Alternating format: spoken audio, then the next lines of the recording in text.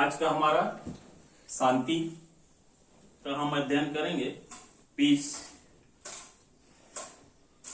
मार्गेंथो ने शांति के संबंध में अपना विचार व्यक्त करते हुए कहा है, मनुष्य इसलिए युद्ध नहीं करते कि उसके पास हथियार है, बल्कि उनके पास हथियार इसलिए है क्योंकि वे युद्ध को आवश्यक समझते हैं। सामान्य अर्थों में हम देखेंगे तो शांति, मधुरता और भाईचारे की अवस्था है। यह शांति जो है युद्ध का विलोम है। अगर हम देखें तो पुराना इतिहास का भी अध्ययन करें तो देखने को मिलता है जिस देश में या जिस क्षेत्र में शांति होता है वहां का व्यापार और क्षेत्र भी विकसित उतना ही अधिक होगा जितना अच्छा वहां पे शांति की व्यवस्था होगा। शांति के बिना जीवन का आधार शून्य है और व्यक्ति का जीवन जो है वह भी विकसित रूप को नहीं ग्रहण कर सकता है।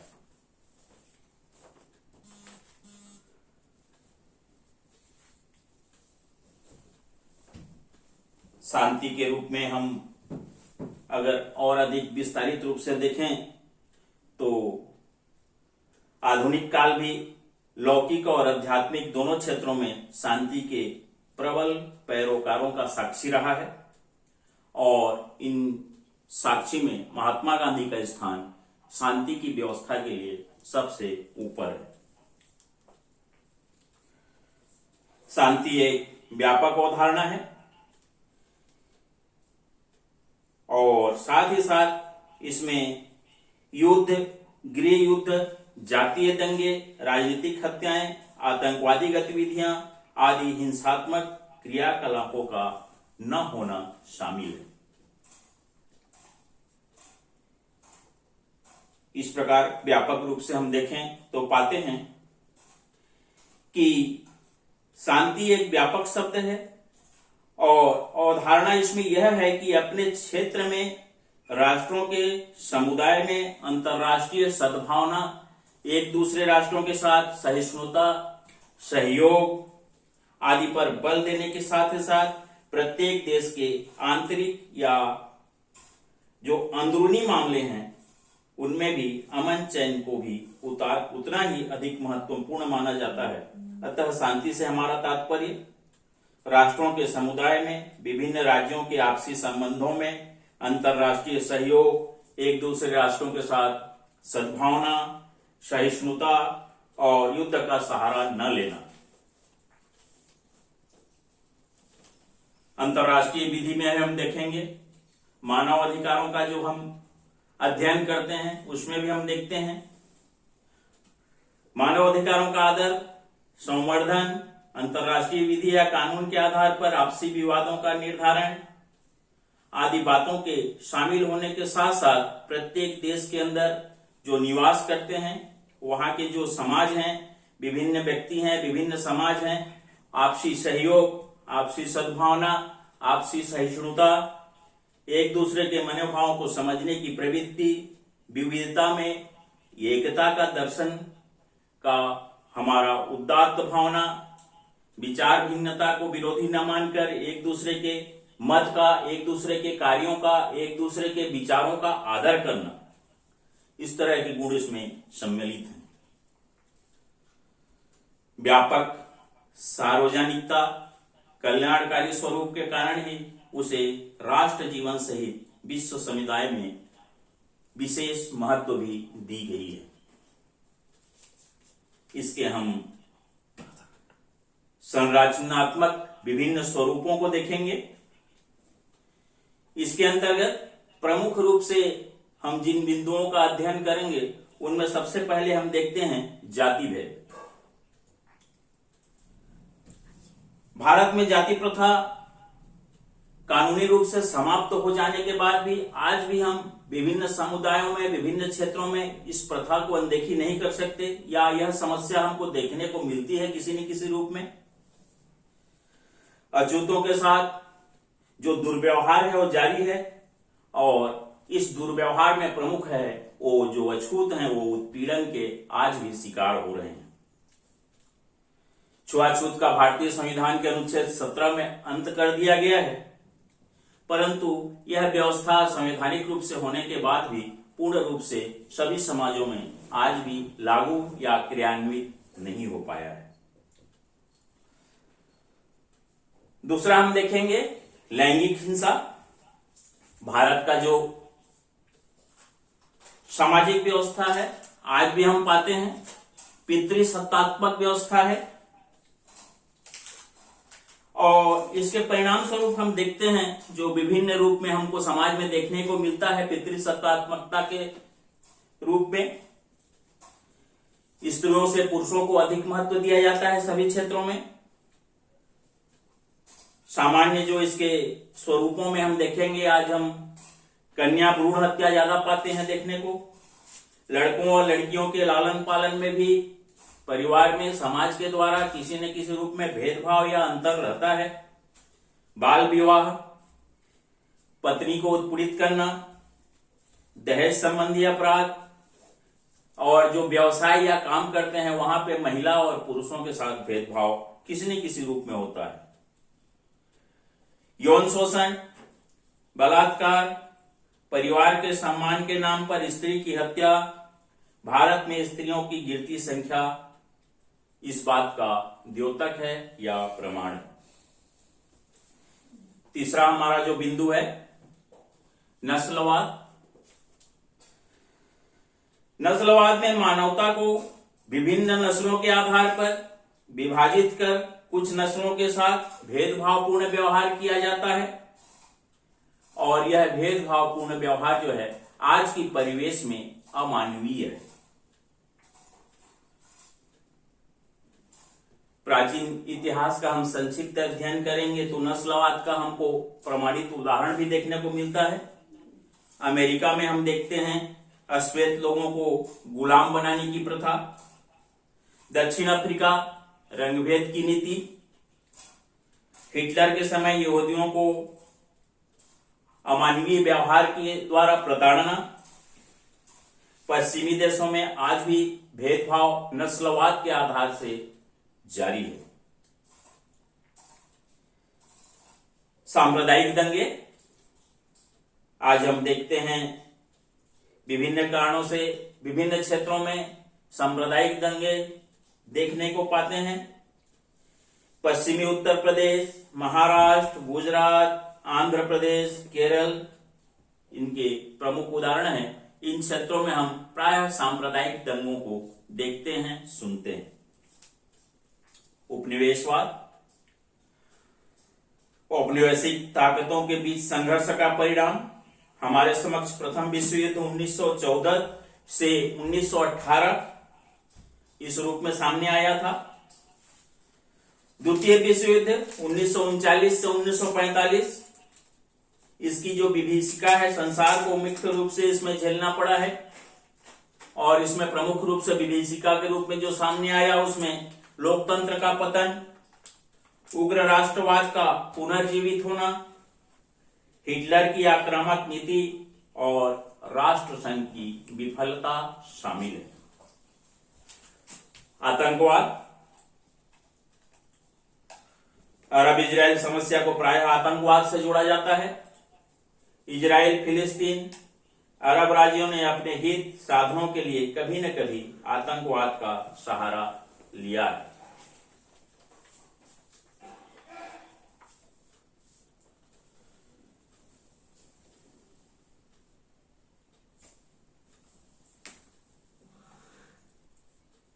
इसके बाद हम देखेंगे,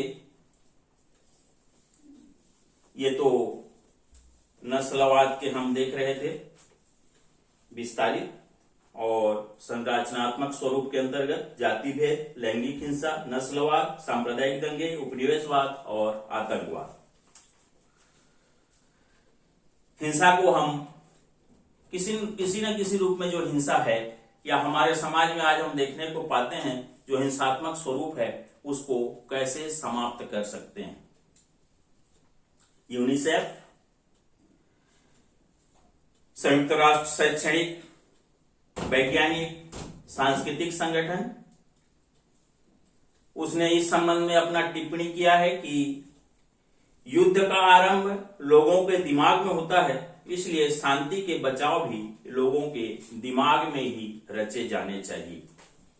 अर्थात विचार के द्वारा, व्यक्ति के दिमाग के द्वारा हम हिंसा को या उसके दिमाग में परिवर्तन करके हिंसा को कम कर सकते हैं, समाप्त कर सकते हैं और उसका अंत भी कर सकते हैं। महात्मा गांधी ने इस संबंध में कहा है, व्यक्ति के मन, वचन और कर्म में सत्यता होनी चाहिए।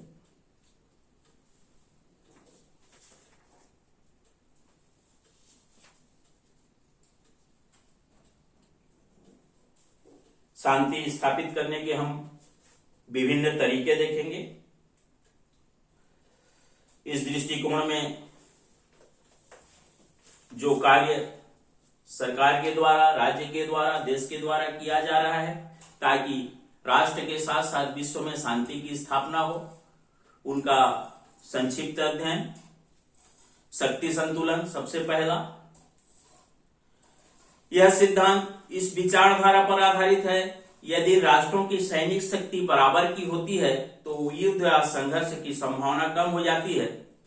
इसलिए युद्ध की आशंका को दूर करने के लिए 19वीं शताब्दी में बहुत से राष्ट्रों ने पारस्परिक संधियां कर शक्ति संतुलन किया तथा अपनी स्थिति को मजबूत किया।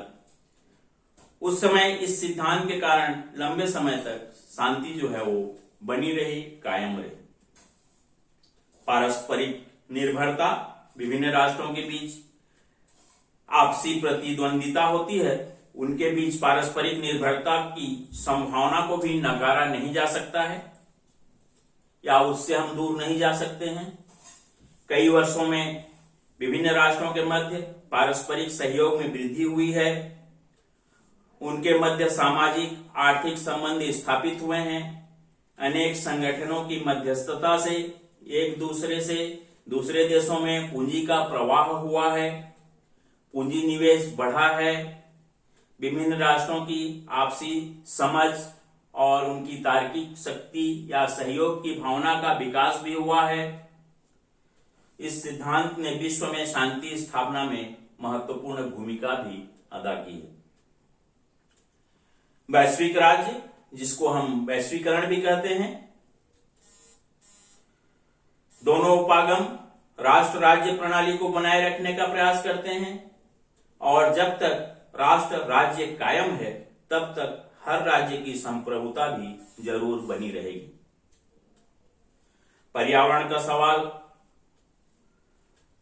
हो या परमाणु हथियारों से सुरक्षा का मामला, अंतर्राष्ट्रीय आतंकवाद से निर्दोष लोगों को बचाना, राष्ट्रों के बीच आर्थिक असमानता जो है उसको कम करना, ये सभी समस्याएं सामूहिक कार्यवाही की अपेक्षा रखती हैं।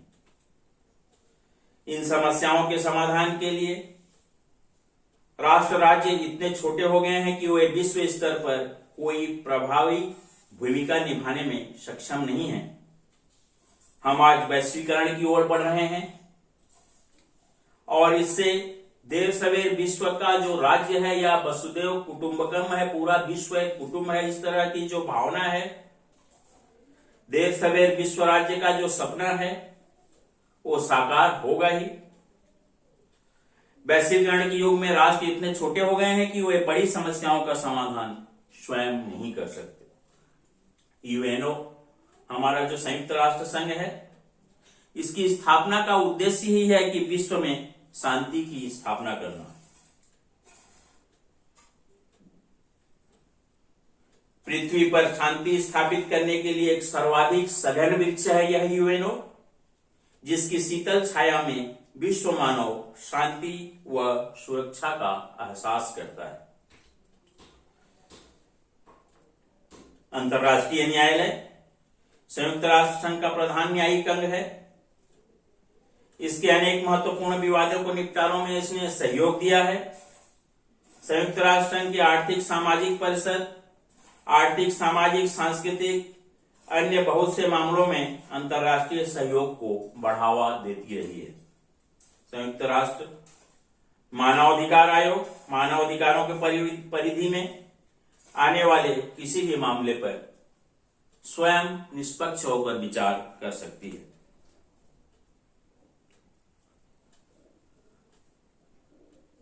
विश्व शांति स्थापना के लिए जो विभिन्न स्वरूप बताए गए हैं, उन स्वरूपों का भी हम मूल रूप से अध्ययन करेंगे। प्रत्येक राष्ट्र राज्य को एक दूसरे की क्षेत्रीय अखंडता व प्रभुसत्ता के लिए पारस्परिक सम्मान करना चाहिए। अनाक्रमण, आक्रमण न करना अर्थात एक दूसरे के प्रति क्षेत्रीय अखंडता, प्रभुसत्ता के प्रति सम्मान करना चाहिए। और हस्तक्षेप, एक दूसरे देश के आंतरिक मामलों में किसी प्रकार का किसी भी राष्ट्र के द्वारा हस्तक्षेप नहीं करना चाहिए। समानता तथा पारस्परिक लाभ अर्थात कोई राष्ट्र सबल या दुर्बल हो, उसके साथ समानता का व्यवहार व सहयोग देकर विकास की नीति को हमको अपनाना चाहिए। शांतिमय सह अस्तित्व, इस नीति या इस सिद्धांत को सभी राष्ट्रों द्वारा सहर्ष या सगुणता के साथ स्वीकार किया जाना चाहिए।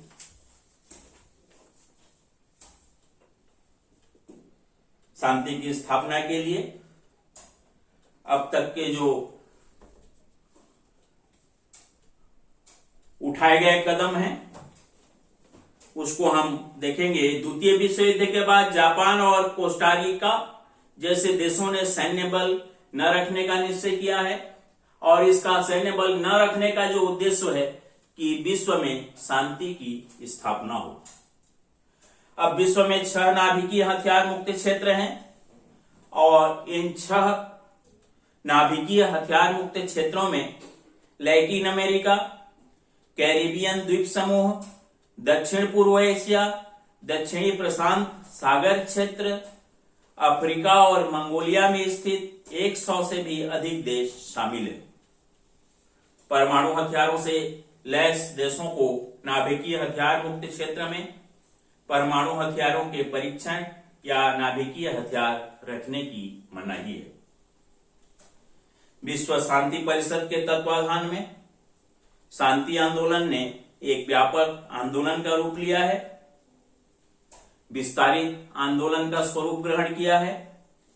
दुनिया के अनेक प्रख्यात विचारक, लेखक, कलाकारों ने इस आंदोलन में अपना योगदान दिया है। अब अनेक संगठन शांति का प्रचार करने में लगे हैं। वे शांति से जुड़ी समस्याओं की खोज में भी जुड़े हुए हैं। संक्षेप में हम कहें तो शांति जो है वो विकास के मार्ग पर अवरोध है। शांति के स्थापना के बाद ही हम राष्ट्र के विकास की कल्पना कर सकते हैं।